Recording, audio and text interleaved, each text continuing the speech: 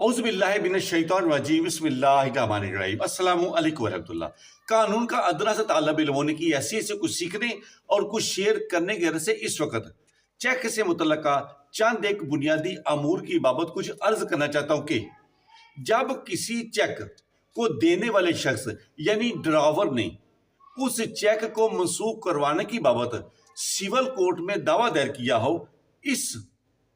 इस्तदा के तहत, इन वजूहात के तहत कि ये चेक मैंने पई को यानी जिस शख्स ने वसूल किया है उसको रकम की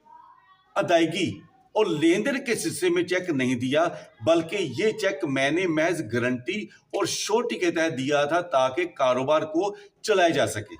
लेकिन अब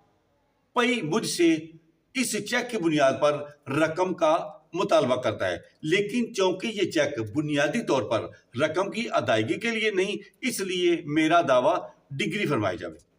तो सिविल कोर्ट ने फ्रीकैन को सुनने के बाद, शहादतों लेने के बाद, हालात का जायजा लेने के बाद ये करार दिया कि यह साबित हुआ कि ये चेक रकम के लेन देन के लिए नहीं बल्कि कारोबार को चलाने की नीयत से बतौर सिक्योरिटी और गारंटी दिया था। इसलिए अदालत ने, सिविल कोर्ट ने इस दावा को डिग्री फरमा दिया। इस तरह से ये चेक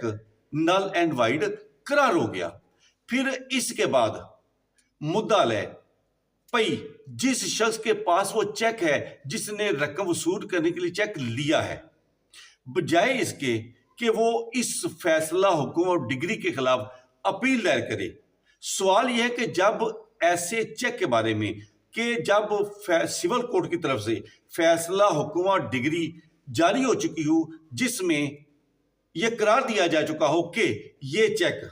रकम के लेन देन के लिए नहीं बल्कि गारंटी और सिक्योरिटी की बुनियाद पर दिया गया है, इसलिए यह चेक नल एंड वाइड करार दिया जा चुका है। तो सवाल यह है कि क्या इस फैसला, हुक्म और डिग्री के जारी होने के बाद बजाय इसके कि इसकी अपील, निगरानी या नजरसानी दायर की जाए, क्या पई को यानी वो शख्स जिसके पास वो चेक है FIR दर्ज करवाने की कार्रवाई कर सकता है कि नहीं? जी, इसी बात को वाजे करने के लिए एक फैसला, हाईकोर्ट का फैसला, उसकी मदद ली जा रही है जिसके तहत हाईकोर्ट ने यह करार दिया कि जब किसी चेक से मुतल्लिका सिविल कोर्ट में दावा चला, फ्रीकैन पेश हुए और सिविल कोर्ट ने करार दिया कि यह चेक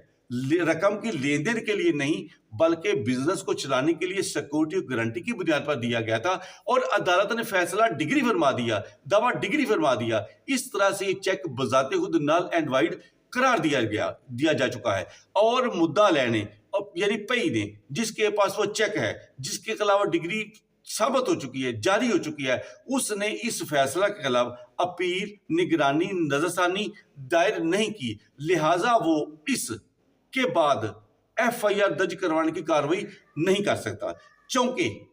इस फैसला के बाद पई ने, जिसके पास वो चेक है, थाना में दरखास्त दी FIR दर्ज करवाने के लिए, SHO ने वो दरखास्त खारिज फरमा दी। इसके बाद पई यानी वो शख्स जिसके पास वो चेक है, जस्टिस ऑफ द पीस के पास रेट 22A के तहत दायर करता है। एडिशनल सेशन जज रेट को मंजूर फरमाते हुए SHO को मुकदमा दर्ज करने का हुक्म सादर फरमाते हैं। इसके बाद ड्रावर यानी जिसने चेक जारी किया होता है, जिसके हक में सिविल कोर्ट की तरफ से डिग्री जारी हो चुकी होती है, वो हाई कोर्ट से रुजू करता है, और हाई कोर्ट सबसे पहले तो एडिशनल सेशन जज के फैसले को मुअत्तल करार देते हैं, और इसके बाद अगली पेशी बहस सुनते हुए अदालत आलिया करार देती है कि चूंकि इस चेक के बारे में सिविल कोर्ट ने डिग्री फाइनल तौर पर जारी कर दी है, इस डिग्री के खिलाफ पई ने कोई अपील, निगरानी, नजरसानी दायर नहीं की, लिहाजा अब इस डिग्री के बाद बजाय इसके कि अपील दायर करता, वो आ गया है FIR दर्ज करवाने के लिए, तो FIR दर्ज करवाई नहीं जा सकती। लिहाजा हाई कोर्ट ने जस्टिस ऑफ पीस की तरफ से जारी करदा हुक्म को सेटिस्फाइड करार दिया, और उसको कल अदम करार देते हुए यह करार दिया कि पई यानी रकम वसूल करने वाला अब FIR दर्ज करवा नहीं सकता, क्योंकि उस चेक को नल एंड वाइड भी करार दिया जा चुका है, बिला जवाज करार दिया जा चुका है कि उस चेक को نل اینڈ وائڈ اس بنیاد پر قرار دیا گیا ہے کہ یہ چیک رقم کی ادائیگی کے لیے نہیں بلکہ گارنٹی اور شورٹی کے تحت کاروبار چلانے کی غرض سے دیا گیا تھا۔ اور یہ فیصلہ ہے 2016 پاکستان کرمنل لا جنرل صفحہ ہے 1102، 2016 پاکستان کرمنل لا جنرل صفحہ ہے 1102۔ بہت شکریہ۔